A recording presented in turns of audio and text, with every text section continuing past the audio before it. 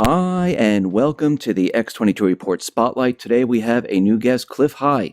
Clif created the predictive linguistics system. He's the creator and owner of halfpasthuman.com. You can also get his report, Alta Report, from his website. You can go right to his website. I'm going to put all the links at the bottom of this video so you know where to go. I am very, very happy to have Clif on the X22 Report Spotlight. Clif, welcome to the Spotlight. Thank you very much. Hey, thanks for being here.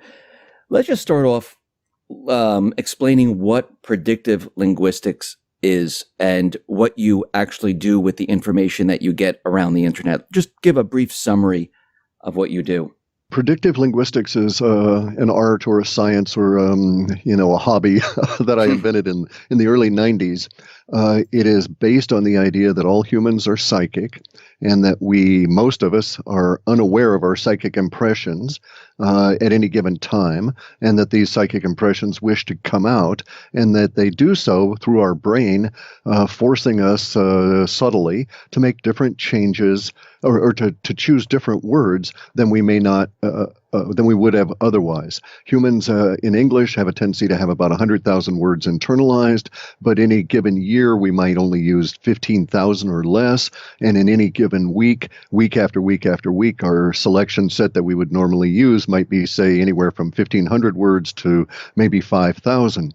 And so, and then the outliers is what I was interested. Why did a particular person choose this word at that time when when their normal habit was to use a different form or expression?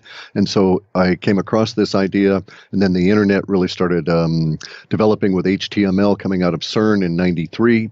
And I was right there at Microsoft where it fired off, and we started playing around with Mozilla. And then I thought, ooh, this is interesting, and started, I was doing SQL database stuff and large-scale projects for some companies anyway, and so set up my own servers and started mining the net in '97 when I did my first run and aggregated all this information.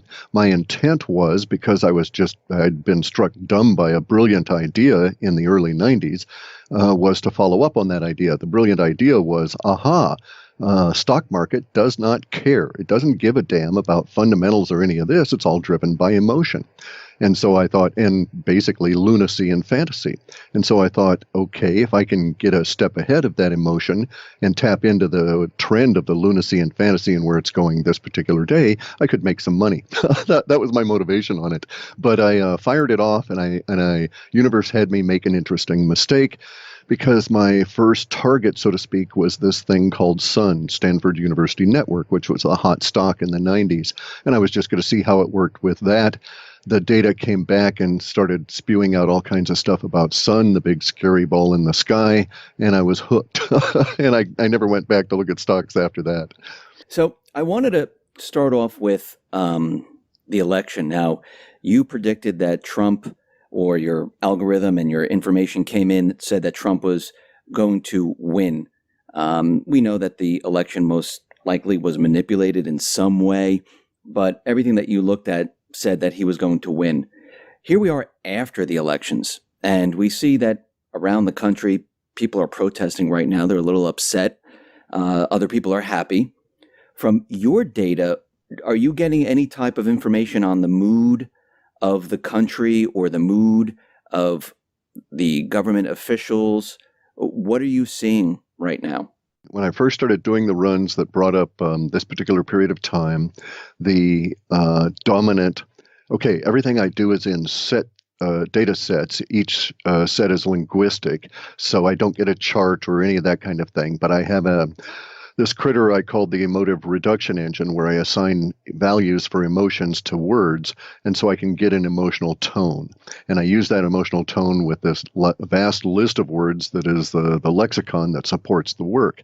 And I can get a dominant emotional tone, if you will. And so right at the moment, we're in a dominant emotional tone that will extend at least until the morning of the 19th of confusion. Now, the confusion is not about the election results, but basically about what it means, and in many cases how it came to be. So we have confusion on one side where the manipulators of the markets, government, media, etc., just as they did in Brexit, had all of their technologies and their tools aimed at a particular outcome, and they are now confused as to how that outcome did not arise. But their confusion is not what our data sets pick up, because we're looking at a vast amount of aggregated data going towards a more social body or general mood kind of thing. And we're in a point of confusion where those individuals that were emotionally manipulated, desperate to see a particular vision fulfilled, are confused because it didn't occur. So imagine a situation, and it'll sound extremely harsh. Okay, I'll tell this everybody up front. It's going to sound extremely harsh if you were involved in this.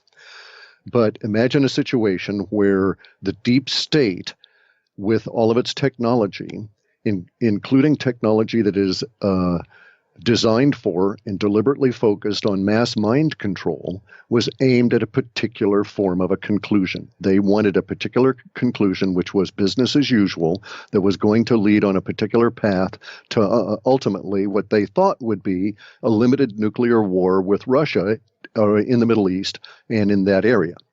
So that was the plan of those individuals that are moving the deep state along. I'm not saying the civil servants. I'm not saying these individuals desired that plan. I'm saying that they were part of a machine, an organization that was moving in that direction, and those people at the top were pushing us that way. Now, in order for that to occur, we're looking at basically mathematics.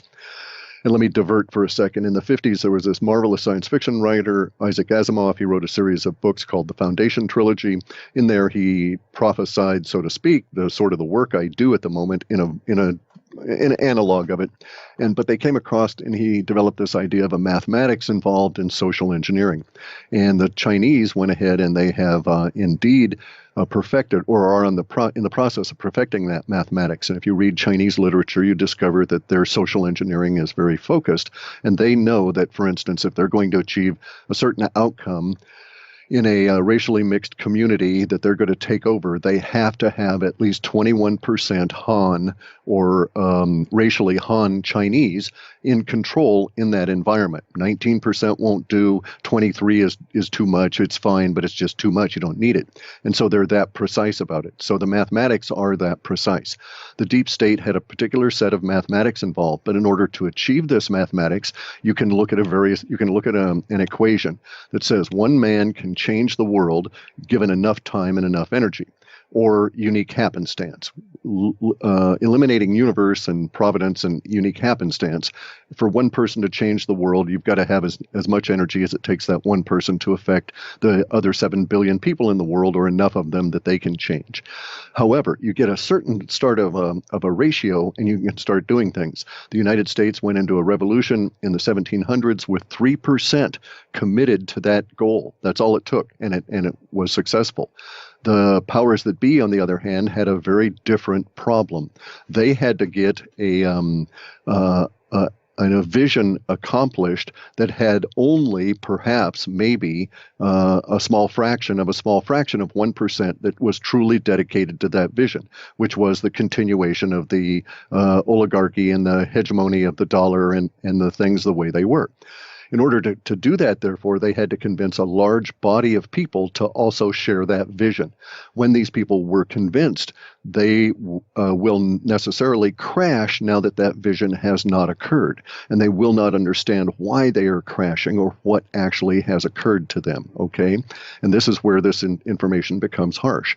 It is my opinion that the entrainment technology that has been developed in the deep, dark UFO worlds and secrecy of the past 60 years, the theoretic or the labeled Cold War era, etc., which was all about hiding UFO reverse engineering and not about war with Russia. But it's my opinion that that technology was used to try and engineer this particular vision to occur. And unfortunately, the people that were susceptible to that technology have just been cut loose from it. So they're very much like people that were on a mental support system that was involved, that was energetic, and all of a sudden all that energy is gone. And it's because the powers that be failed and they just turned off all the equipment. It's all over.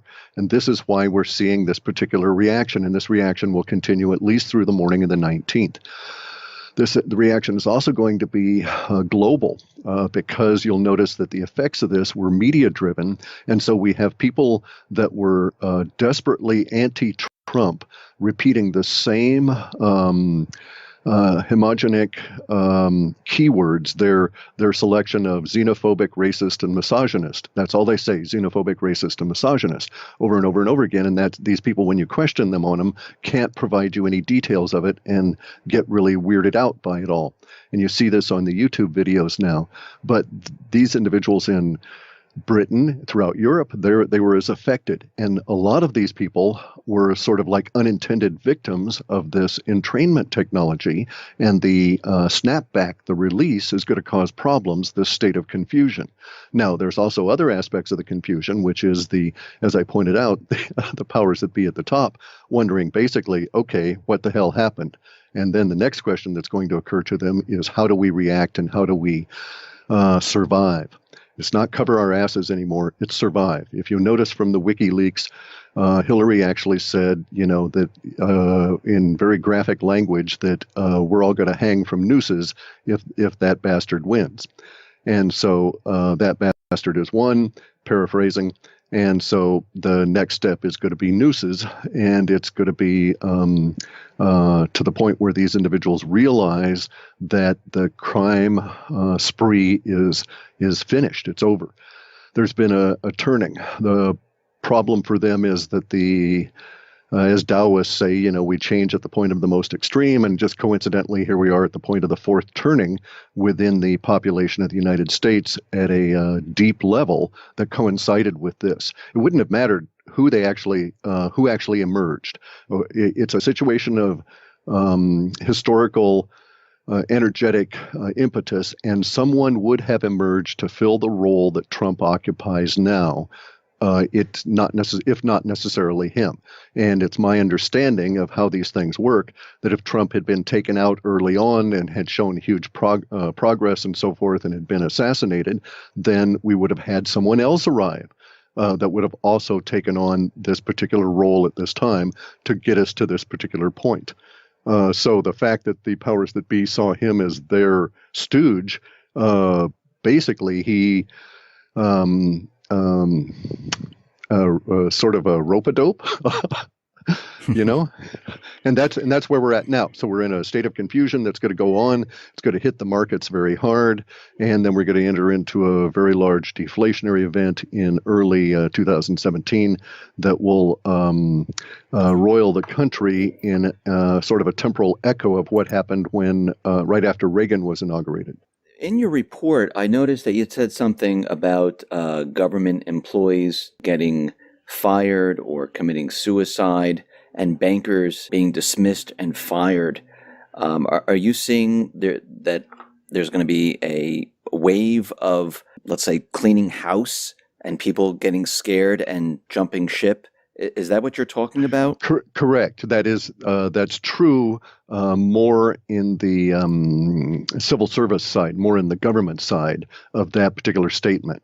So yeah, that's the motivation on that part of it is not cleaning house, but trying to eliminate witnesses. That's really what it's going to come down to. Is the powers that be, the shadow government, the central bank, the deep state, do they have...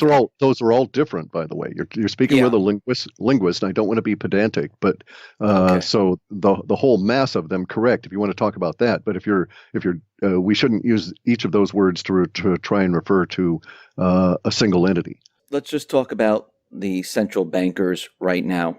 Do they have any plans for the economy? I mean, is the economy still in terrible shape? I mean, is anything going to improve with Trump? What do you? Certainly. The latter is true. Okay. Now let's again, not to be pedantic, but let's separate what the central bankers do from the economy, because the central bankers at the moment are sucking the life out of the economy with their paper financial system. The two are separate. The economy is all the trades and transactions that we do together. millions and millions and millions of us doing trillions of those things across the time of a year equals our economy. So the central bankers are not in charge of our economy. They can no more affect my ability to trade or barter my old tire from my trooper to my neighbor than they can cause it to rain here. So the central bankers and their financial system are in a deep world of hurt, and that is really sick, and it's going to continue to be sick. But the economy, on the other hand, at a much more base level, is going to continue the way it's always continued, in spite of the fact that we're nearing the end of the repression of the central bank era, at least within this country. In your report, you talked about baby boomers getting kicked out of their homes. We're seeing these huge mansions being abandoned. I mean, are we looking at some type of crisis heading our way? Oh, sure. Yeah, that's the deflationary event. Okay, so and actually I probably shouldn't use the word deflationary because I don't know that that's meaningful to most people, but let's call it about a debt evaporation event. So or a liquidity evaporation event, or as we call it in the data sets, a credit freeze. Because here's what's going to happen. The banks alone currently exist not because they own anything, nor because all of us are paying off our loans and they make a little bit of money on top of that, and so they're the happy, congenial community banker. That no longer exists. These individuals, the whole structure makes their money because an entity in Washington, D.C. creates the digits and hands them the digits, and then they go out and they tell us those digits are worth something, and they shove them around in databases and this kind of thing, frenetically creating activity, but no result. So our problem at the moment is that the banking system, the glue that holds all of that together, is what's coming unglued. And it will at some point reveal the economy. We'll all stand around and look at each other and say, wow, let's go and do something, because now this repression will have been released. But that's not yet. That's maybe a year or 2 years away. In between now and then, the oppressors, the occupying force that is the central bank that has taken over the United States, bear in mind we've destroyed them. The people have risen up and destroyed central banks twice before in this nation, Right. And we're about to do it a third time. But before we get there, these guys are going to create vast numbers of these digits and do all kinds of manipulation and try and get us to all get on their side. And it's just not going to work. A lot of the confusion from, as you read from the report, is going to be within the upper ranks trying to figure out what to do and how to sell us into their next scheme. So here's the thing.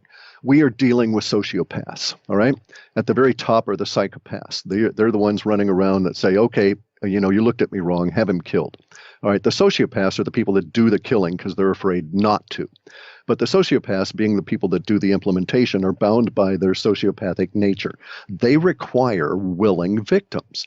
Sociopaths are basically cowards. If you call them on it, they freak out. They don't have a defense mechanism inbuilt in their mental structure of the world, and they react badly. And so the sociopaths are reacting badly now because the willing victims are not so willing anymore. The vast majority of us don't buy their scheme anymore and are wondering basically what the hell's going to happen. Now, they are in a position of are going to have to try and sell us scheme after scheme after scheme.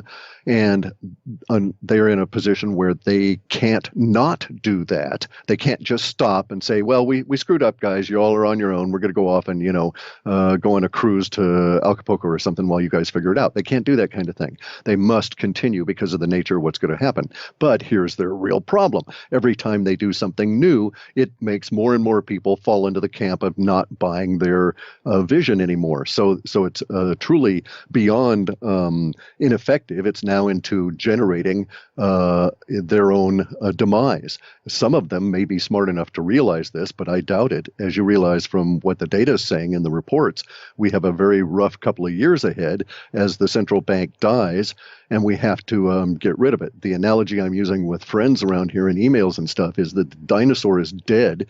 The last of the living blood is just now passing through its little tiny brain, but it's going to take us a long time to shove the thing over.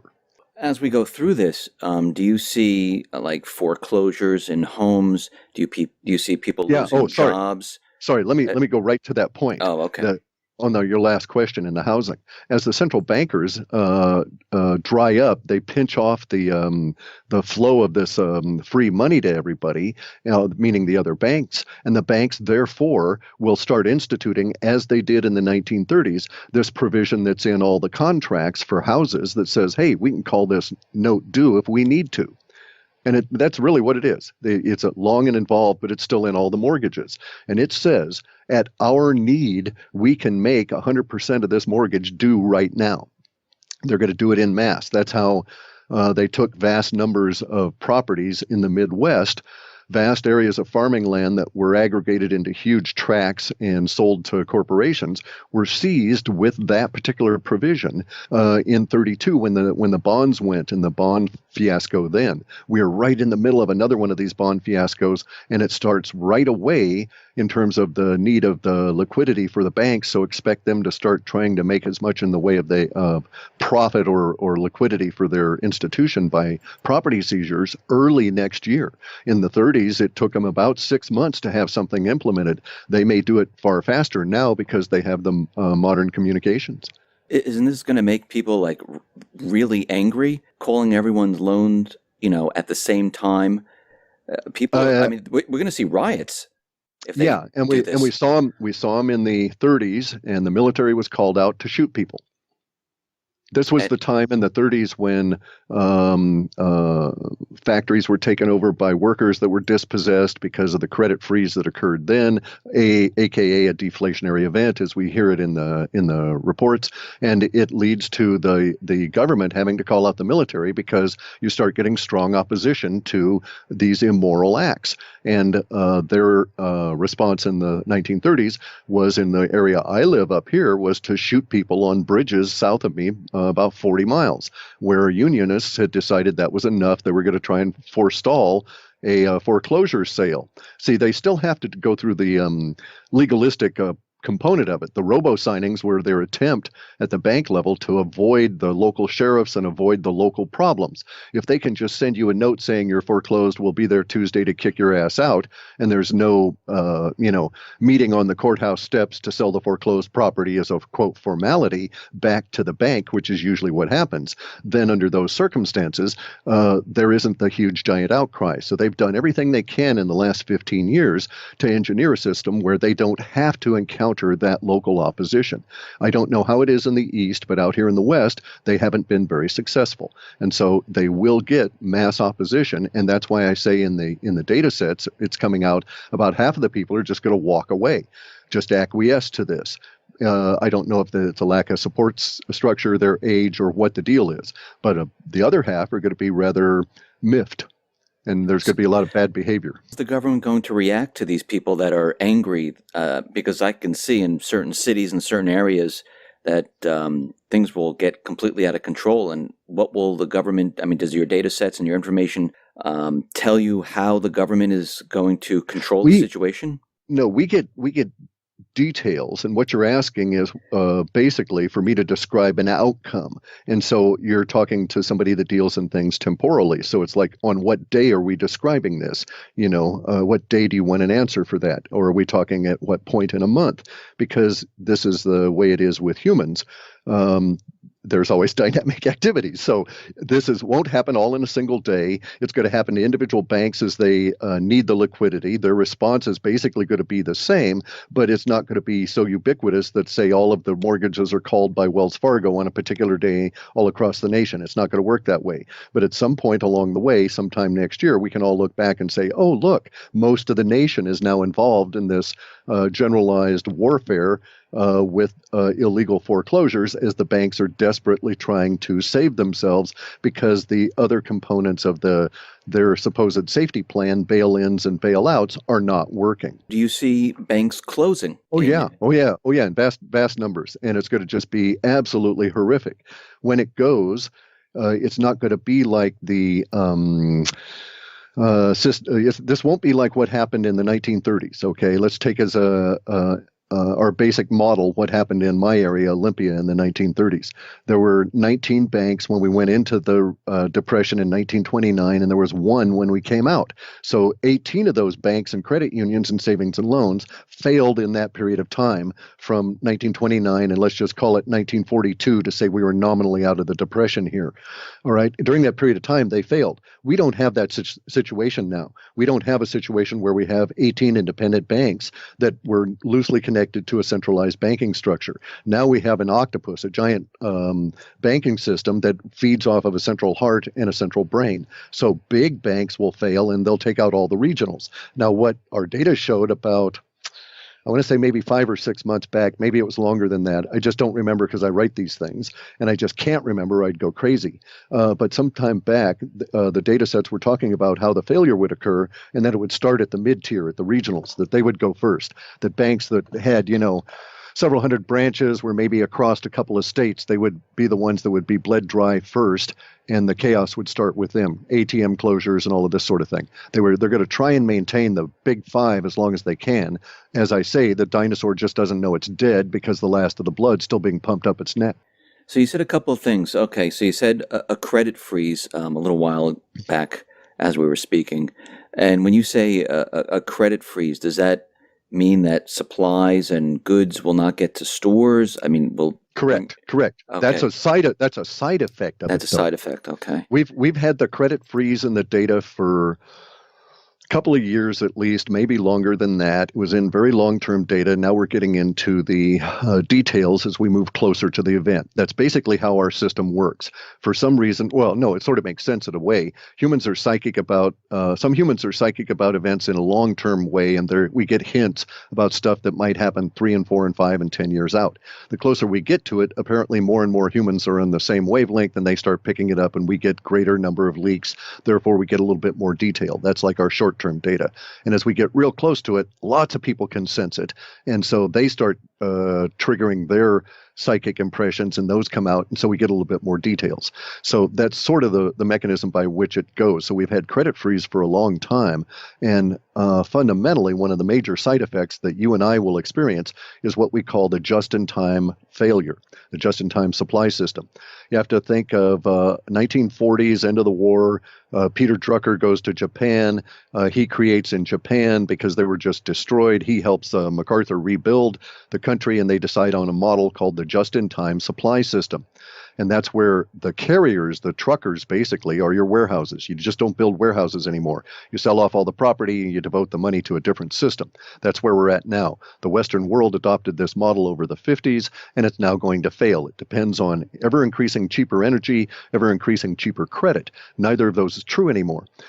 So we won't be able to do that. In fact, it's already started to fail. The top shipper, second shipper globally, Hanjin, number 2 shipper of goods around the planet, is in bankruptcy and in chaos, and its ships are not hauling anymore. Doesn't seem to matter because no one's buying so much anymore here in the U.S. because of our problems with our money being so destroyed. But the credit freeze will take that up to the next level as number 3, 4, 5, and 6 and number 1 shippers fail.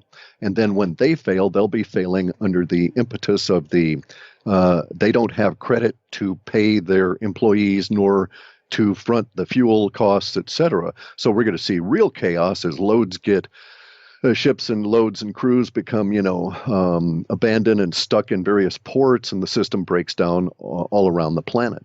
And so that will be a very major concern, is the just-in-time supply system is going to fail. That's what the government's going to be responding to. They're not going to do much in the way of trying to deal with the foreclosure issues insofar as what we see in our data, because imagine, here's a scenario. Now, I'm not saying that all of the description here will be accurate, but this will give you an idea of what we're sort of looking at. Imagine a situation where Trump's being installed. He's not bringing in cronyism. He's not bringing in a giant mass of crony-connected, deep politicians. Therefore, these guys don't know a damn thing about running a giant government, which is not like running a real business. And so there's going to be a period of adjustment that will probably last 18 months or longer because the deep state is going to be obstructing and fighting these guys every step of the way. And then when they're taking a break from the fight, the deep state's going to be trying to pull the rug out from underneath them, just standing there. It's going to be very vicious at that level. These individuals will not be able to address, that is to say, the people that are being brought into a new government will not be able to address the real problems that are besetting the populace in their fight with the occupying banks. And so at the same time, we're going to have the just-in-time supply system crash because those same banks are the ones that fund this weird credit system that gets the McFries to you and, puts potatoes on the table and that kind of thing, right? What you're saying is that the government is not going to really help the people during this period of time. Let's also stop for a second and be real pedantic, and let's start talking in words other than a single word to identify the ruling structure. So the ruling structure is composed of many, many different layers that are huge. So there's going to be people that are at the top that will certainly be freaking out about everything that's going on and trying to do everything they can. But I don't really necessarily, and they are what we sort of think of when we use that word government. But government's got a huge connotation.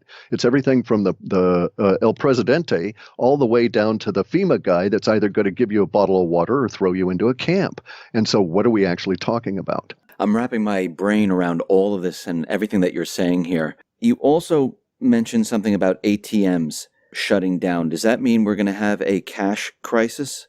Correct, as part of the liquidity freeze, but not because they're going to outlaw cash or any of that. They're desperate to do that because the banksters don't want to admit. Well, let me stop and say humans are really funny. We always bring on ourselves, because of the nature of universe, that challenge that we need to face. And so here the bankers are trying desperately to destroy cash. And if you have all of these people out on the internet that are offering ideas as to why this is the case, that they need more control, et cetera, et cetera, et cetera. And if you only have digital things, they can control you down to your nads and, pull you on the short hairs by threatening to do away with your bank account. And none of that is true, or it's all true, but none of it is meaningful. The bankers are trying to destroy cash as their part of the system because they're vulnerable to it. They're hugely vulnerable to it because there's only a little tiny bit of real money these days and a huge amount of derivatives on that real money that actually exists. And so the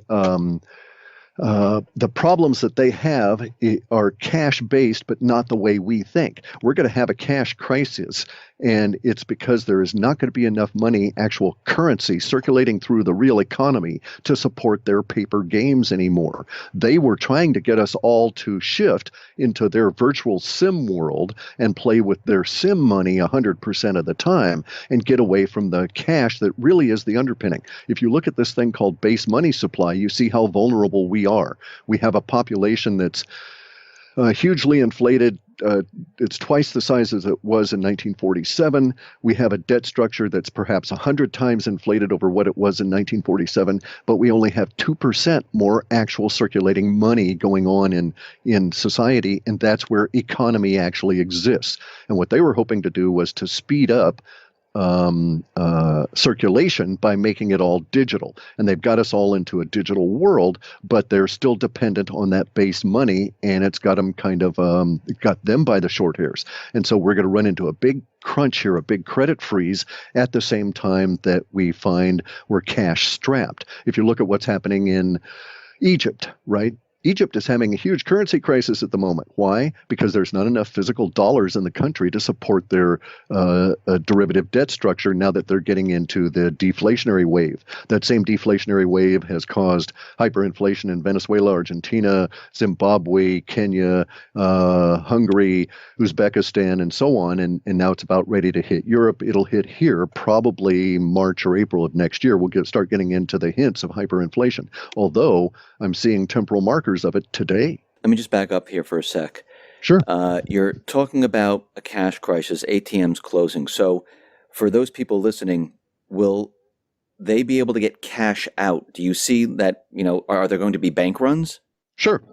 So you're going to They'll be able to get cash out for a short period of time, and then the ATMs will be empty. Nobody will refill them, and people will drive around with trucks and chains and stuff and rip them out of the walls just to scrounge through them and see if there might be a buck or two in them, just like happened in Argentina. So people are going to be desperate to find cash because it's just going to completely I mean, what you're saying, it sounds like it's just going to disappear. Well, yeah, because they can't get to it. Correct. And see, here's what's going to happen. Right now, how often do you actually touch anything close to money in your daily life? I mean, you as an individual. Mostly the people that are, say, even in my age group, they're dealing with the plastic cards. And as the system locks up, if your plastic card doesn't work, how are you going to pay for something at Safeway or Starbucks or someplace, or buy gas or whatever? For a while, there will still be stuff in the supply system. So we live right now without warehouses. So if we were to look at ourselves as a social body, we don't have big giant fat repositories lying around. We're existing on the fat that's being pumped around in our blood, and it's going to dry up. Our blood's going to get leaner, and so at that point, we don't have those extra reserves, and you're going to run into this situation. It's hit all of the countries as the dollar has died. We're in an empire. The empire is based on the dollar, the way the British Empire was based on the pound sterling. We're replicating history. This happens all the time.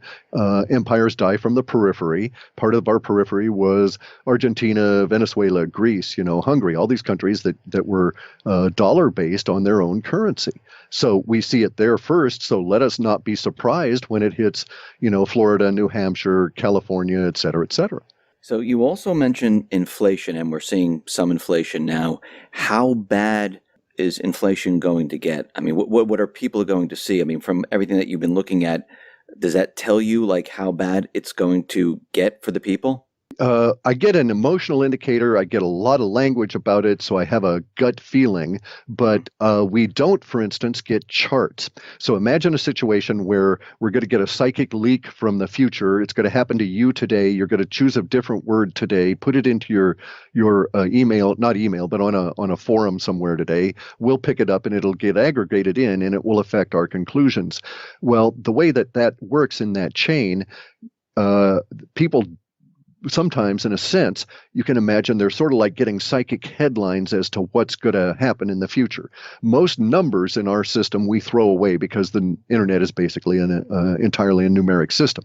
But linguistic numbers that float through for whatever reason, people typing out the number 30 or 13 or whatever in an appropriate fashion, in an appropriate time to be swept into the data sets, that sort of thing does come through occasionally. So it's not like I get a price for a hamburger 2 years from now. I don't have that sort of thing for inflation. I do occasionally have what we might say would be impressions or whatever of screaming headlines. So imagine we're a year from now, actually in July, August, or September or October, in that time frame, and there's going to be a giant headline that says Dow 125,000.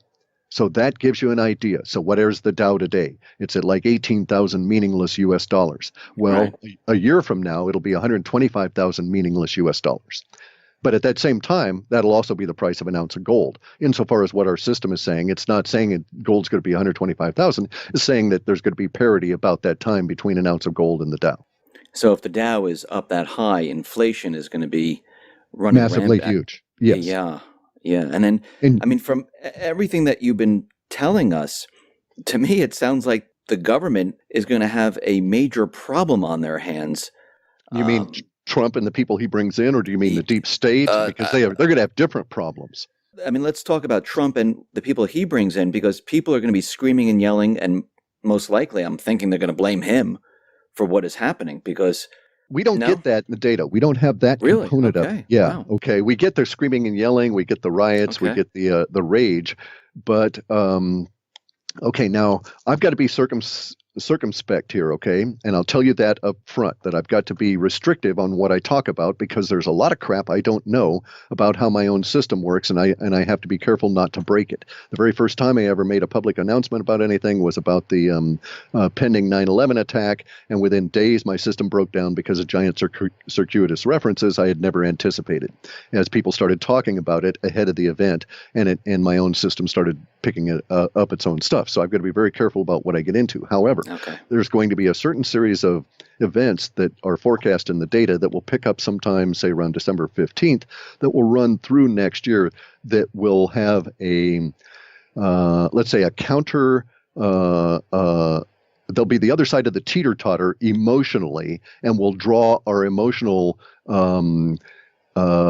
focus that way, as opposed to everybody blaming the new crew for the meltdown. So on the deep state end, they've got serious problems, really serious problems. Now, the deep state, we also have to identify government as being split into the people at the top, the political people, whether they're stooges of the powers that be or not. And then we've got the entrenched civil servants. We have the shadow government that basically runs the entrenched civil servants, and the deep state is the entrenched civil servants, including military and including all the subcontractors, okay, that are at that level. But then there's that deeper part of it all, the secrecy part of the government that is all 60 years of back engineering UFOs, and they're subcontractors, and they're really good about their secrecy, so we only get vague hints about what their issues are. But the deep state is in a real problem, because they're going to face this purge as the emotional teeter-totter gets moving back and forth in the dynamic few months ahead of us. And at the same time, the deep state is also going to be reeling as their individual people, that the cogs in their organization come under the same influences as the rest of us. So at some point, for instance, local government fails because people just say, well, I can't live on this fake money anymore. No one accepts it, or I'm not being paid. My digits don't come here, or once I've got the digits, I can't get them out. So what's the point? I don't enjoy my work so much that I'm going to go and do it for months without getting paid. And we saw the reverse of that in Greece, where people kept going and going and going. And we saw it in South America, going and going and going. As their currencies and their countries were going down the tubes, the civil servants stayed on for months. And it was the same as in the Weimar Republic. But in all of those cases, there were countries on the outside, on the border, that had more or less sound money. And so that sort of propped up the system. And there was an expectation of business or work as usual. That will break down very quickly here. And we won't be going months with employees showing up to register your car at the DMV, even though they haven't been paid. How bad is this going to get? I mean, do you have a time frame where, it's going to start and it's going to get worse and worse before it gets better? Do you break it down in that fashion? Yeah. It started in 1999. Actually, it started in 1972 when Nixon took us off the gold standard. So, but yes, we have. I have an emotional progression at a finer level that shows the emotional tone of the period as it goes up and down, and so on. So I've got some idea of some of the spikes we're going to run into and these sorts of things. But that's a forecast of what the emotional tone will be like, not individual events or something that may be causing it.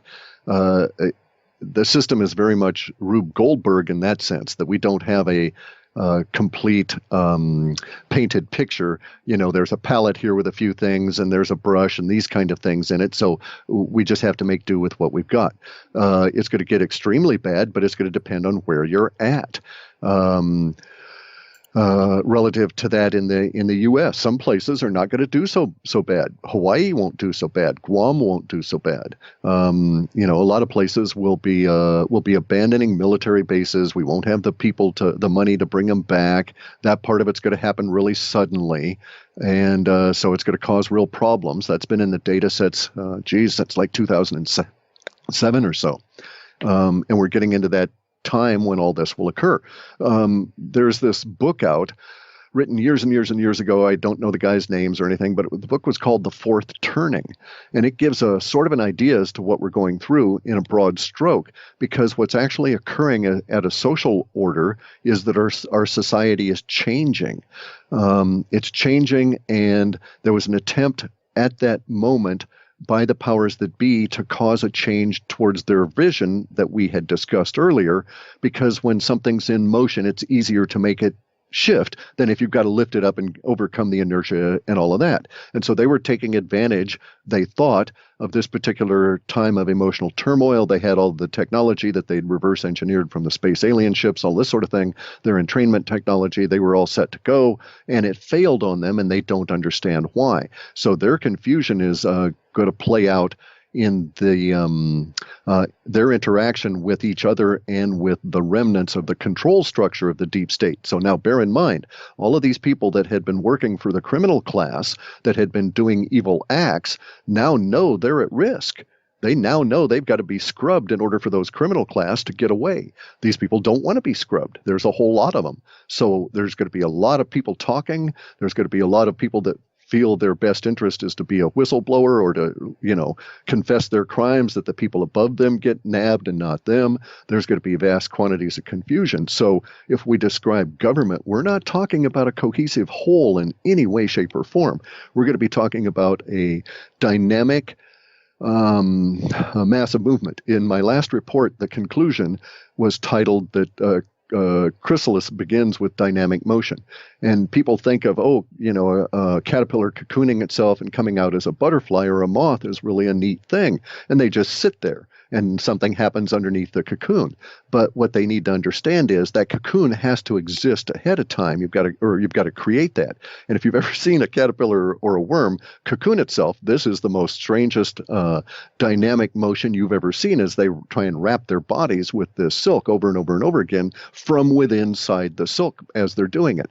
So that's what we're going to go through. The data sets are basically showing that the U.S. is going to hit a 10-year to 12-year period very similar to what happened to the Soviet Union, and that we will be transformed in this process as we come out of our own form of revolution against a control structure that has existed far too long. And the population underneath is changing. The cool part about that change is that the nature of the people at the operational level of society will change. It won't be all these bloody lawyers anymore. We're just going to get rid of this whole mindset. We're going to go back to people that do things, engineers and builders and that sort of thing. Clif, thank you very much for being on the X22 Report Spotlight. I really appreciate it. Once again, how can people get your report? halfpasthuman.com. We bring them out about once a month. I was going to try and do a mid-month report, but I just don't think I'll be able to get to it this month. Clif, once again, thank you very much, and I really appreciate it. Thank you.